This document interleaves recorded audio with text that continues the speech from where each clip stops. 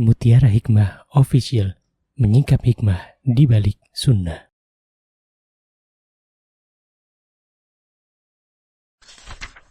Salurkan donasi terbaik Anda untuk mendukung dakwah Mutiara Hikmah Official. Mari siapkan bekal akhirat kita. Jangan lewatkan kesempatan emas ini. Ayo kita berkontribusi dalam program pembangunan Masjid Mutiara Hikmah yang dibina langsung oleh Ustadz Hanan Yasir MA dan Ustazah Imro'atul Azizah.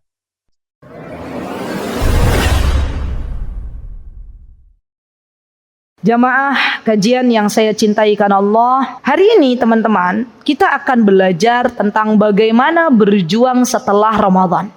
Kita sudah dididik oleh Allah Subhanahu wa Ta'ala kurang lebih 1 bulan, ya, untuk belajar tentang sebuah keistiqomahan.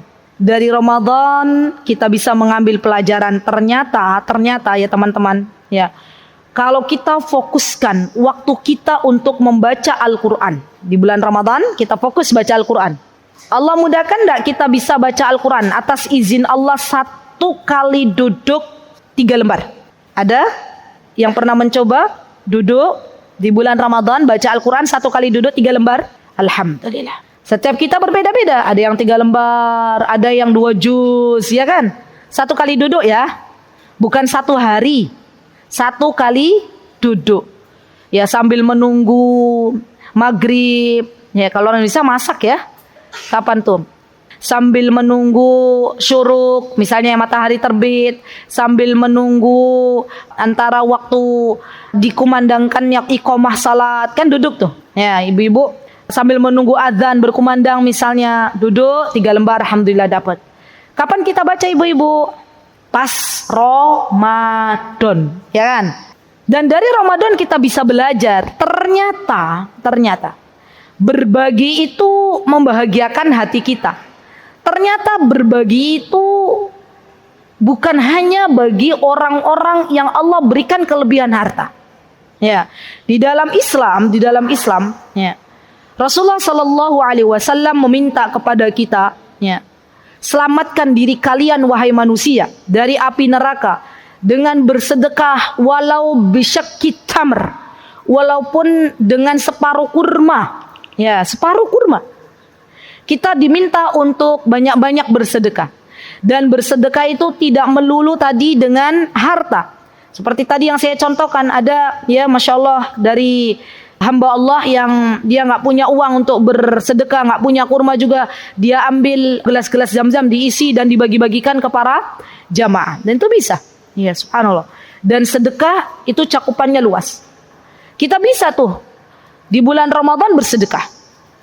Dan dari Ramadan kita bisa belajar, subhanallah, bahwa ternyata kita bisa menahan untuk tidak makan dan minum dari mulai adzan subuh sampai tenggelam matahari. Ya. Tapi kadang akan menjadi sulit ketika sudah tidak lagi di bulan Ramadan.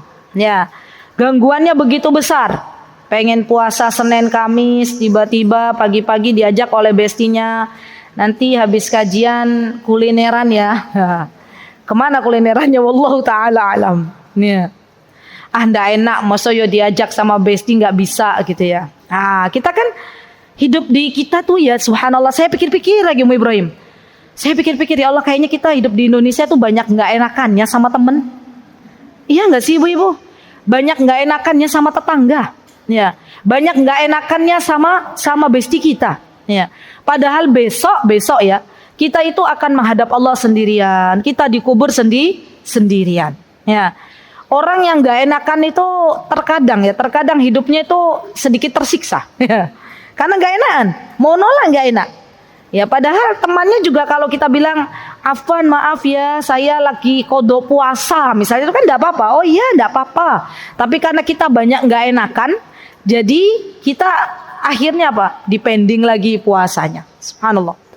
Dan dari Ramadan kita bisa belajar ibu-ibu, ternyata ya, jiwa kita itu bisa dididik atas izin Allah Subhanahu wa Ta'ala. Hawa nafsu kita itu bisa dididik atas izin Allah Subhanahu wa Ta'ala. Ya. Dan ketika kita tahu di bulan Ramadan jiwa-jiwa kita ya bisa kita manage atas izin Allah, ya pertolongan Allah Subhanahu wa taala dikelola dengan baik, ya ada pola yang sudah kita buat, maka setelah Ramadan ini Allah meminta kepada kita untuk tidak merubah pola yang sudah kita jalankan di bulan Ramadan. Ya, ibaratnya kalau di dalam Al-Quran itu ada perempuan yang sudah menggulung benang gitu ya dengan baik, memintal benang dengan baik, tiba-tiba diuraikan kembali. Ya. Rugi nggak ibu-ibu? Ada orang ya tadinya benangnya berantakan, dirapikan, kemudian dipintal jadi gulungan yang bagus. Tiba-tiba setelah menjadi gulungan yang bagus, yang itu membutuhkan waktu yang banyak, ya. Tiba-tiba benang itu diuraikan kembali. Kira-kira menurut ibu-ibu perempuan ini melakukan sesuatu yang merugikan dia nggak? Iya, ya. Masa udah dirapikan itu kan akhirnya diuraikan kembali. Nah itu ada tuh dalam Al-Quran tuh. Ya. Maka kita diminta oleh Allah Subhanahu Wa Taala jangan menjadi perempuan-perempuan yang seperti itu. Ya.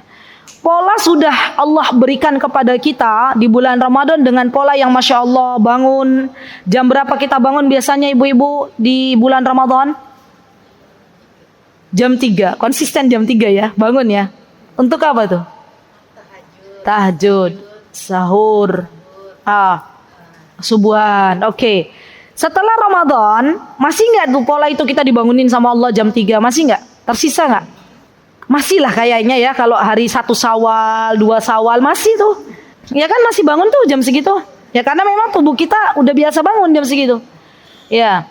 Iya nggak ibu-ibu? Tapi masalahnya kita udah bangun, udah dibangunin sama Allah jam 3. Ya karena tubuh tuh begitu, kalau udah biasa bangun jam 2, ya biidznillah bangun jam 2. Bangun, hanya nanti kita yang merespon bangunnya kita itu untuk apa? Mau bangun langsung ke kamar mandi ambil air wudhu atau kita tarik selimut? Iya nggak ibu-ibu? Allah sudah bangunkan kita jam 3, jam 2 sesuai pola Ramadan. Tapi masalahnya kadang kita tidak bisa menahan hawa nafsu kita. Nanti masih jam 2 pasang alarm 1 jam lagi. Ya jam 3 bunyi masih jam 3, masih 1,5 jam lagi subuhnya, gitu ya. Dipasang 1/2 jam, ya. Pasang lagi sampai terdengar adzan subuh, ya.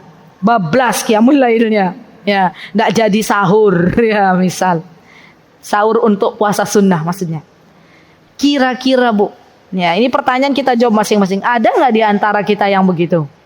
Ada, ya. Jadi subhanallah perjuangan ujian tuh sebenarnya ya ibu-ibu dimulai startnya itu setelah kita keluar dari Ramadan. Ya. Karena kalau Ramadan itu, ya Masya Allah, kita ditolong oleh Allah juga setan-setan ketika itu dibelenggu oleh Allah Subhanahu Wa Taala. Ya. Dan kita itu kadang kebawa arus ya. Orang-orang pada semangat untuk puasa kita ikut puasa, saum. Orang-orang semangat membaca Al-Quran, kita semangat membaca Al-Quran. Orang-orang semangat berqiyamul lail, kita semangat qiyamul lail. Ya, karena lingkungannya mendukung, maka kita pun bersemangat untuk beramal saleh. Tapi di luar bulan Ramadan, ya, kita lihat habis bulan Ramadan biasanya warga kita ini pada kemana nih? Syawalan. Ya, termasuk KUY nanti syawalan. Ya. Syawalan pengen puasa Syawal ya nggak berhenti ada trah A, trah B, trah C, trah D gitu ya. Ya sampai H plus berapa tuh trah ya H plus 7 keluarganya banyak gitu ya. Ada lagi setelah trah apa? Wisata gitu kan ya, rekreasi gitu kan ibu ya. Masya Allah di tempat kita begitu kan ya. Iya enggak sih atau mungkin enggak ya? Kan polanya begitu tuh. Akhirnya apa? Mau puasa Syawal nggak jadi-jadi. Ya. Sekarang sudah mau di penghujung Syawal. Ya Allah, qada belum. Puasa Syawal belum gitu ya. Udah mau selesai Syawalnya.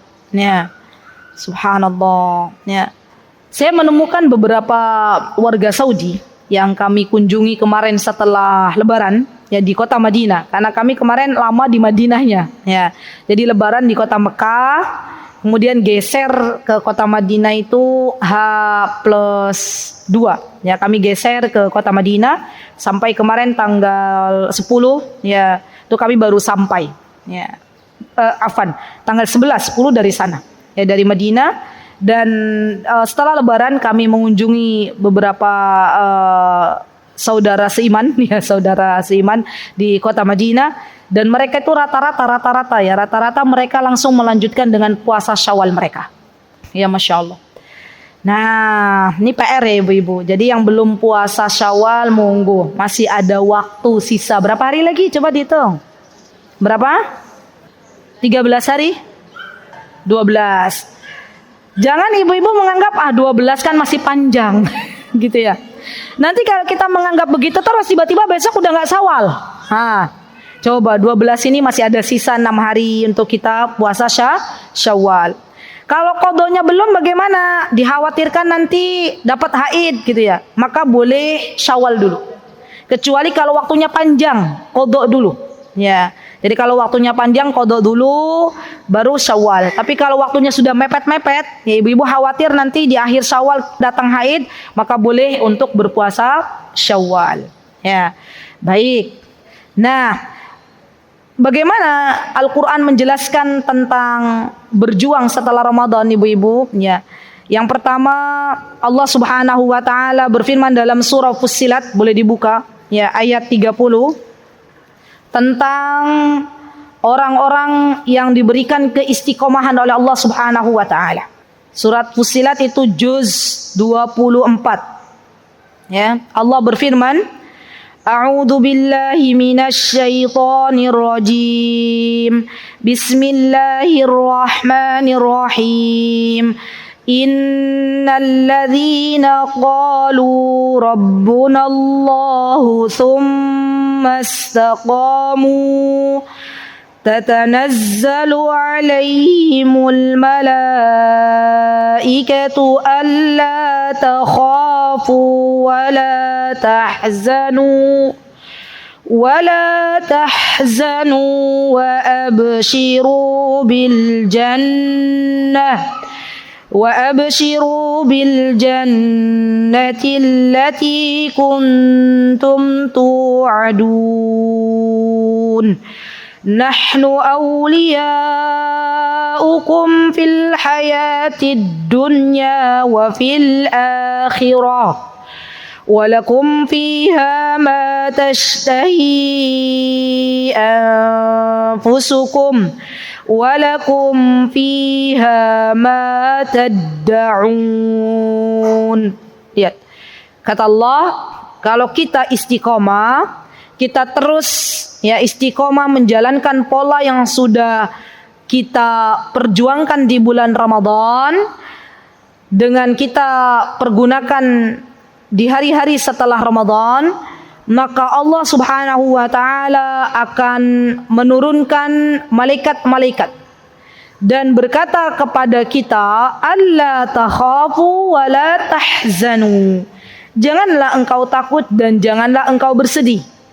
Dari sini teman-teman, para ulama mengatakan bahwa sesungguhnya ketika kita diberikan ketenangan hidup oleh Allah Subhanahu wa taala, ya, tenang hidupnya, nggak ada perlu ditakutkan, nggak ada yang perlu disedihkan karena kita berada di dunia, ya.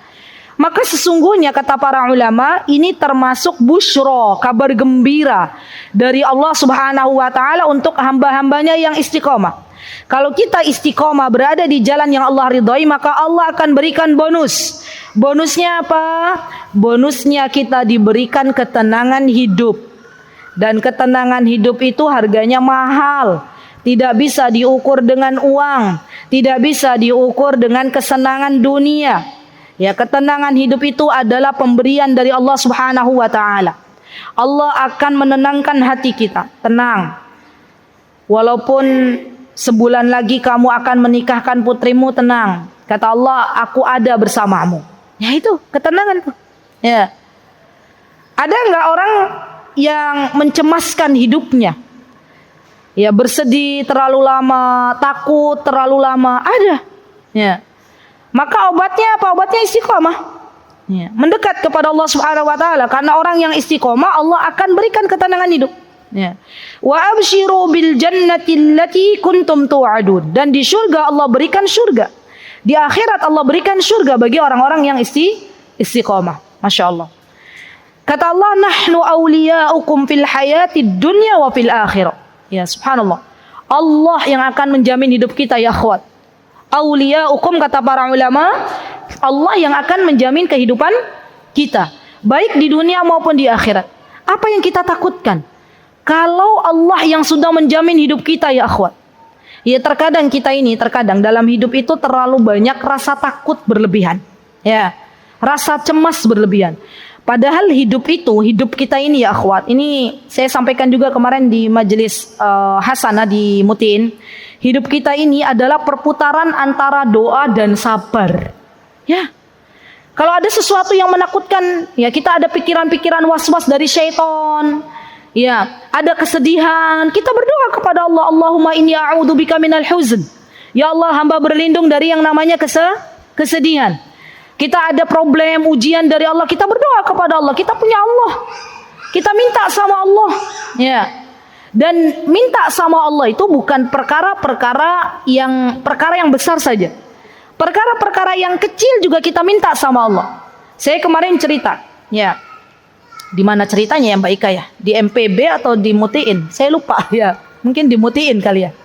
Jadi waktu kemarin tuh ya, Masya Allah ya, setelah Ramadan berarti Syawal ya, kami tuh diberikan oleh Allah kesempatan untuk berada di tempat di Madinah. Masuk kalau dari hotel itu masuk dari pintu ke-16. Jadi di Masjid Nabawi itu ada nomor-nomor pintu, bukan gerbang ya ibu-ibu. Kalau gerbang tuh nanti 328, 329, 300 gitu-gitulah. Ditulis saja dulu nggak apa-apa. Suatu hari nanti kalau ke sana alhamdulillah. Ya. Jadi ada pintu-pintu akhwat, di antaranya pintu 13. Ini pintu akhwat nih. Pintu 16. Pintu yang saya hafal ya, pintu 25. Nah, ini pintu favoritnya orang-orang Indonesia juga nih. Ya, karena pintu 25 itu nggak pernah ditutup 24 jam. Ya. Ditulis saja sekarang, ya Allah saya pengen masuk pintu 25 Masjid Nabawi. Ya, Masya Allah. Suatu hari nanti ibu-ibu di sana ingat saya, didoakan ya Bu ya. Amin. Nah itu pintu 16 itu unik. Pintu 16 tuh 1 jam sebelum adzan kalau sudah full, tutup itu ya, udah full gitu ya. Kalau pintu 25 setengah jam sebelum adzan masih dibuka, lenggang gitu. Nah waktu itu kami keluar dari hotel, saya sama anak-anak gitu ya. Waktu itu berdoa sama Allah, ya Allah saya pengen masuk sholat di dalam gitu ya. Karena waktu itu duhur. Kalau di Madinah itu lebih lenggang. Kalau di Mekah, subhanallah ya ibu-ibu, ini hikmah dari Allah. Kalau kita berada di kota Mekah, kalau pas lagi nggak memungkinkan ke Masjidil Haram, tidak usah memaksa. Ya, kita sholat di hotel saja sudah dapat 100.000. Tapi kalau di kota Madinah itu beda. Di kota Madinah orang mendapatkan sholat dengan pahala 1.000. Kalau di mana? Kalau sholat di Masjid Nabawi. Ya, maka waktu itu saya berdoa, ya Allah saya pengen sholat di Masjid Nabawi, ya Allah pengen di dalam gitu ya. Karena di luar panas, walaupun ada payung di atasnya tapi panas. Ya, duhur loh ya. Terus saya bilang, ya Allah saya pengen sholat di karpetnya. Karpet, tahu karpetnya Bu? Kan nggak semua di dalam Masjid Nabawi itu ada karpetnya. Ya. Saya masuk ibu-ibu, saya nggak pilih yang paling depan karena waktu itu mau ada acara apa gitu habis duhur, jadi biar cepat keluarnya saya pilih yang belakang-belakang aja. Ya, mungkin di depan masih banyak yang kosong, di belakang itu penuh ibu-ibu. Ya Allah, ya saya cari tempat. Tiba-tiba di depan saya itu ada orang, bukan orang Indonesia, meninggalkan tempatnya dan dia bilang, nih di sini nih, kamu duduk di sini. Subhanallah, masya Allah ya, masya Allah ya. Allah berikan itu tempat depan saya padahal tadinya penuh. Saya langsung bilang, ternyata ya, mau minta karpet aja sholat di karpetnya harus minta sama Allah. Ya. Jadi sekecil itu loh ibu-ibu, kita tuh minta sama Allah. Dulu para ulama habis garam minta sama Allah. Ya, sendal jepitnya putus minta sama Allah. Kita zaman sekarang ada apa-apa, kemana dulu yang kita minta Bu? Kita tulis dulu status di sosial media. Ya kan? Kita tulis pesan dulu ke bestie kita. Ya. Padahal yang pertama kali harus kita minta adalah Allah. Ibu-ibu mau apa mintalah sama Allah. Ya, Allah kasih. Ya, Allah kasih. Pernah juga suatu hari ibu-ibu, nah ini belum tak ceritain nih Mbak Ika. Di hari Lebaran, putri saya yang sulung itu lihat ada akhwat gitu, tangannya dihina orang Pakistan, ya dihina hena ya tangannya. Terus katanya putri saya di dalam hati tuh, ya Allah pengen gitu, dihena itu pengen. Cuman pengen dalam hati, belum bilang loh Ummu Ali. Nggak nyampe 2 menit dia bilang gitu dalam hati. Ada akhwat langsung bilang, jadi di situ tuh ada orang Pakistan ya, sambil nunggu imam naik, kan waktu itu kita datang sekitar jam setengah 3 ke Masjidil Haram itu ya, untuk menunggu sholat Idul Fitri 6:30. Tuh datangnya 2:30 ya, 2:30 atau jam 2 saya lupa ya, karena nanti kalau jam 3 udah nggak dapat tempat ya. Dipanggil lah putri saya, sini ya, sama ibu-ibu. Kamu mau nggak tuh dihina tuh sama orang Pakistan? Masya Allah, secepat itu loh ibu-ibu. Doa itu didengar oleh Allah Subhanahu Wa Taala dan Allah ijabah. Ya. Jadi kita kalau minta sama Allah, minta. Ya, apapun itu, urusan sepele minta sama Allah. Bukankah kita berdoa kepada Allah, ya Hayyu ya Qayyum bi rahmatika astaghiitsu aslih li sya'ni kullah wa la takilni ila nafsi tarfata ain. Ya Allah, jangan sandarkan urusan itu kepada saya, tapi kita sandarkan urusan semuanya kepada Allah. Jadi minta sama Allah. Ya, di keistiqomahan itu sangat penting karena Allah yang akan menjamin kehidupan kita di dunia dan di akhirat. Baik, ya. Sekarang apa tips biar kita bisa istiqomah? Ini yang ibu-ibu ini ya, yang kita pengen pelajari. Baik. Apa saja tipsnya ibu-ibu? Yang pertama, minta sama Allah. Lagi-lagi minta sama Allah. Ya. Karena istiqomah itu adalah sesuatu yang dicintai oleh Allah Subhanahu wa taala. Rasulullah SAW pernah bersabda, "Habbul a'mal ilallahi adwamuha wa in qal." Ya, amalan yang paling dicintai Allah adalah yang terus-menerus meskipun sedikit. Ya. Jadi kita minta sama Allah, ya Allah, Engkau tuh suka istiqomah. Engkau suka kalau hambamu itu istiqomah. Maka hamba memohon, ya Allah, jadikan hamba di antara hamba-hambamu yang meneruskan perjuangan Ramadan ini di hari-hari selanjutnya. Itu minta sama Allah. Yang pertama berdoa. Ya. Yang kedua, ibu-ibu, setelah kita berdoa, maka yuk kita tulis list. Nah, ini akan membantu. List amal sholih yang akan kita lakukan di malam hari kita tulis. Ya. Apa nih yang mau kita lakukan? Oh iya, baca Al-Quran. Ibu-ibu Ramadan baca Al-Qurannya sehari berapa? 5 juz? Atau kayak Imam Syafi'i 2 kali hataman? Masya Allah. Ya. Saya pernah berdekatan dengan salah satu akhwat bukan dari Indonesia. Ya. Dia baca Al-Quran tuh di samping di Masjidil Haram waktu itu.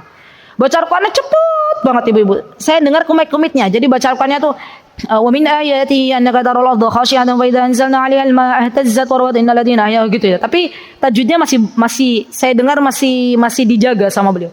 Terus saya ngobrol, ya. Saya kenalan, saya dari Indonesia. Saya tanya, dengan bacaanmu yang begitu cepat itu, ya. Saya pengen tahu sehari itu kamu berapa juz yang kamu baca? 20 juz. Tapi nggak kayak Imam Syafi'i juga maksudnya. Imam Syafi'i kan sehari 2 kali hataman tuh. Saya juga sampai sekarang masih mikir kepiye lek kalau membaca tuh gimana gitu ya, Masya Allah ya. Beliau yang secepat itu aja 20 juz ibu-ibu. Masya Allah, 20 juz itu bagi kita banyak banget ya. Iya nggak ibu-ibu? Ya kita baca 5 juz saja udah alhamdulillah gitu ya. Ya Allah alhamdulillah gitu. Sampai suaminya manggil-manggil kadang kita nggak kedengeran. Ya suaminya manggil istriku lagi khusyuk baca Al-Quran. Ya targetnya berapa? 5 juz. Ya.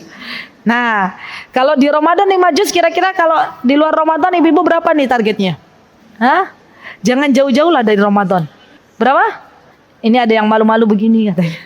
Nggak apa-apa. 1. Oke, ada lagi? Kemarin yang targetnya 1 juz kemarin Ramadan berapa Bu? Jenengan berapa? Kan udah selesai amalnya. Kemarin targetnya Ramadan berapa? Oh 2 juz ya, nggak jauh-jauh dari Ramadan. Alhamdulillah. Jangan sampai Ramadan 2 juz sehari 1 lembar setelah Ramadan. Itu kan jauh banget gitu ya, jomplangnya gitu.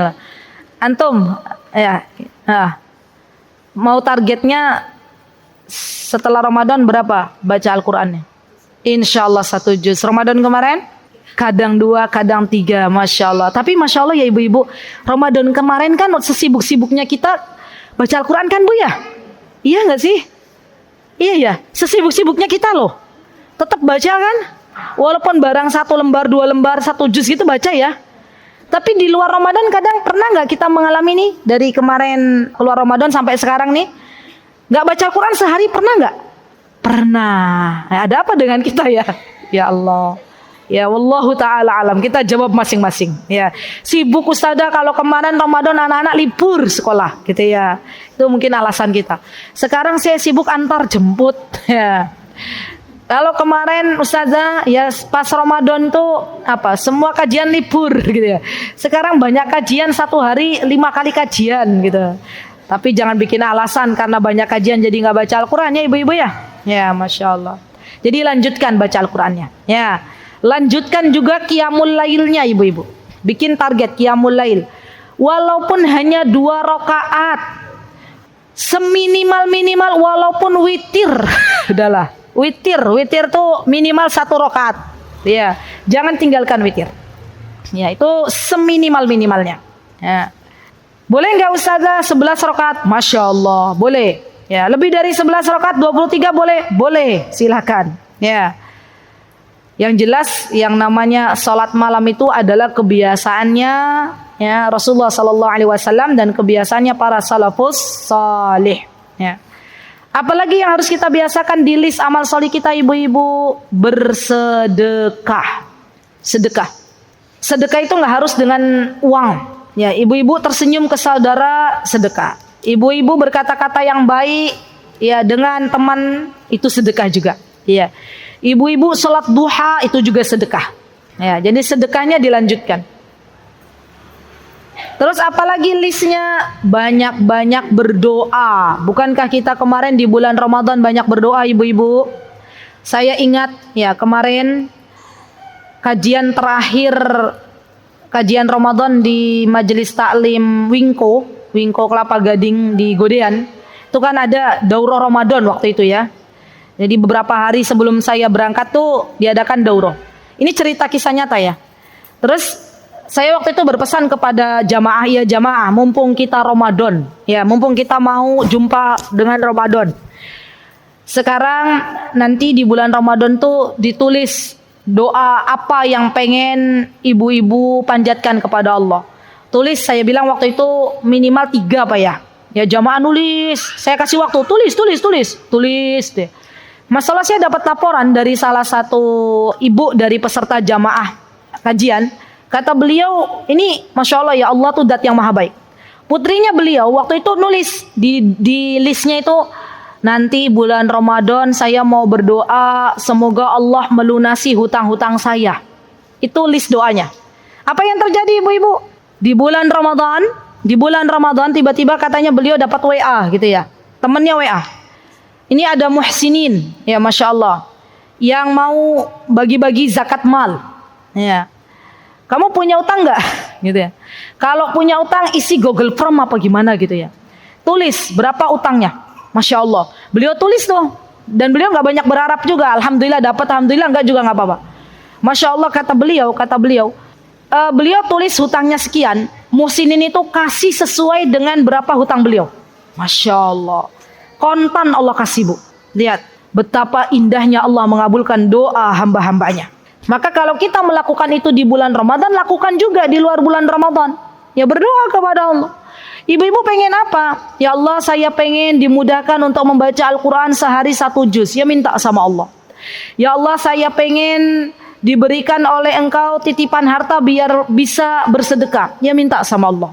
Ya semua itu minta. Ya Allah saya pengen anak-anak yang solih dan solihah. Minta sama Allah.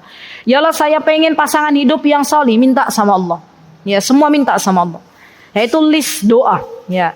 Dan list diantara amal salih, diantaranya adalah menuntut ilmu agama. Ini penting banget. Ya, jadi list dari malam hari itu, ya Allah besok ada kajian di sini nih, saya mau datang. Ya, itu ditulis. Ya. Kenapa?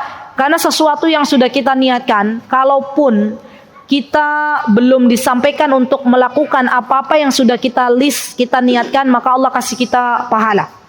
Ya, kita sudah melis dari sekian amal sholih ada 15 misalnya. Tiba-tiba ba'da subuh Allah panggil kita. Allah wafatkan kita padahal kita belum melaksanakan agenda yang sudah kita list. Maka kita mendapatkan pahala. Masya Allah. Jadi penting untuk melis amal salih. Tips yang ketiga, ibu-ibu, ya, apa yang sudah kita list di malam hari sebelum tidur di checklist. Nah, ini penting juga nih. Di checklist kira-kira amal sholih mana yang sudah Allah berikan kemudahan untuk melakukannya. Di checklist, pelan-pelan aja di checklist.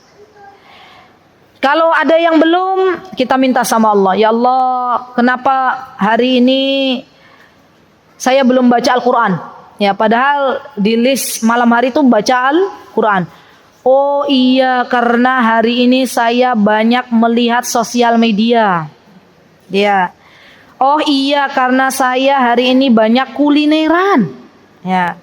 Jadi capek lupa baca Al-Quran. Ya. Oh iya, hari ini karena saya banyak apa, Bu? Apa biasanya? Banyak apa, ibu-ibu? Sampai lupa baca Al-Quran. Banyak apa? Banyak ngobrol sama temen gitu ya.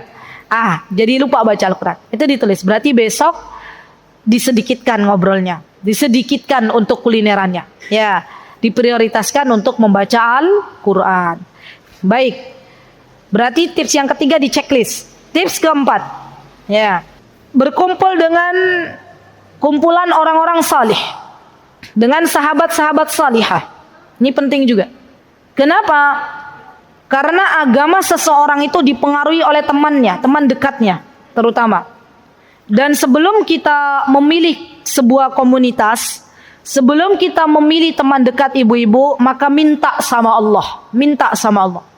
Ya Allah, dekatkan hamba dengan orang-orang yang baik. Ya Allah, dekatkan hamba dengan orang-orang yang salihah. Minta sama Allah. Pengaruhnya itu sangat-sangat banyak terhadap kehidupan kita. Ibu-ibu kalau bergaul dengan teman yang suka hadir di majlis ilmu, maka lambat laun kita pun biidznillah akan hadir di majlis ilmu. Ibu-ibu bergaul dengan teman-teman yang apa misalnya, ibu? Yang nggak baik sekarang, suka nongkrong. Sukanya apa, Bu? Nongkrong-nongkrong sambil pamer harta, misal, contoh. Maka lambat laun kita pun akan mengikuti. Kita punya teman kita sukanya pakai branded gitu ya. Kita nggak pakai branded, akhirnya tuh jadi minder. Jadi minder, ya Allah, temanku tuh bajunya merek A, tasnya merek B, kacamatanya merek C. Padahal kita belum mampu untuk membeli. Ya, karena minder akhirnya ngutang. Coba lihat, zaman sekarang itu kan ujian hidup itu ada di mana tuh, Bu? Musibah. Ada orang menghutang pinjol misalnya, ya kan? Nah, ini ngeri juga tuh. Jadi kalau kita mau mencari lingkungan, mau mencari teman, lihat dulu temannya ini baik nggak? Oh, temanku ini Masya Allah baik, suka ngingetin saya. Ya, kamu kemarin nggak hadir, kemana? Ya, Masya Allah. Itu ada tuh teman-teman yang model begitu. Suka nasehatin, itu teman-teman yang baik. Ya. Tapi kadang kita suka nggak terima kalau dinasihatin teman kita. Padahal sesungguhnya teman yang baik adalah teman yang senantiasa mengingatkan kita untuk dekat dengan Allah. Dan teman yang baik itu rizki, Bu, dari Allah. Lingkungan yang baik itu rizki dari Allah. Jangan kira rizki itu cuma uang. Ya, kita diberikan oleh Allah Subhanahu wa Ta'ala lingkungan yang baik.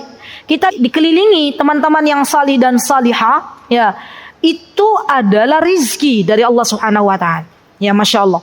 Jadi bersyukurlah kepada Allah manakala Allah sudah memberikan kepada kita lingkungan yang baik, manakala Allah sudah memberikan kepada kita teman yang baik.